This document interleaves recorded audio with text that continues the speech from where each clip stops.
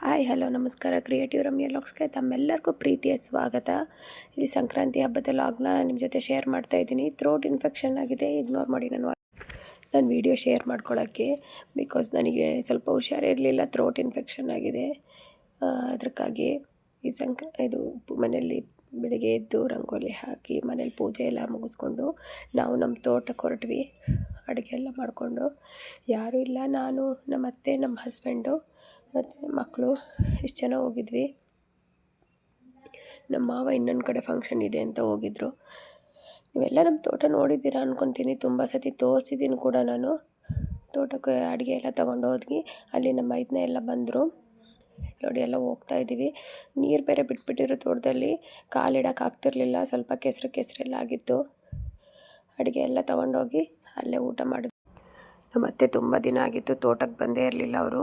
ನಮ್ಮ ಮನೆಯವರು ಕೆಳಗೆ ತನಕ ಕರ್ಕೊಂಡೋಗಿದ್ರು. ಅಷ್ಟೊತ್ತಿಗೆ ನಾನೆಲ್ಲ ರೆಡಿ ಮಾಡ್ಕೊಂಡಿದ್ದೆ. ಒಂದು ಕಡೆ ಹಾಸ್ಕೊಂಡು ಕೂತ್ಕೊಂಡಿದ್ವಿ. ಅಲ್ಲೆಲ್ಲ ಸ್ವಲ್ಪ ಗೊದ್ದಗಳು ಬಂದುಬಿಡ್ತು, ಅದು ಇರುವೆ ಗೊದ್ದ ಎಲ್ಲ.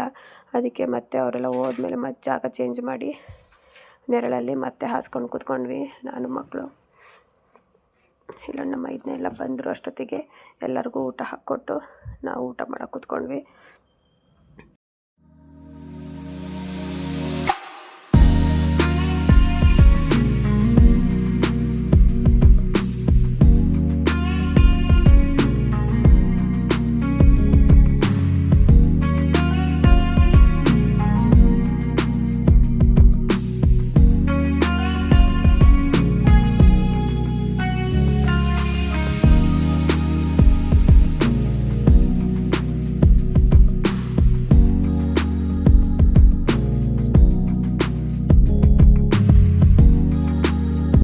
ನನ್ನ ವಿಡಿಯೋ ತಮ್ಮೆಲ್ಲರಿಗೂ ಇಷ್ಟ ಆಯಿತು ಅಂತ ಭಾವಿಸ್ತೀನಿ. ನಿಮ್ಮ ಅನಿಸಿಕೆ ಅಭಿಪ್ರಾಯಗಳನ್ನು ಕಮೆಂಟ್ ಮುಖಾಂತರ ತಿಳಿಸ್ಕೊಡಿ.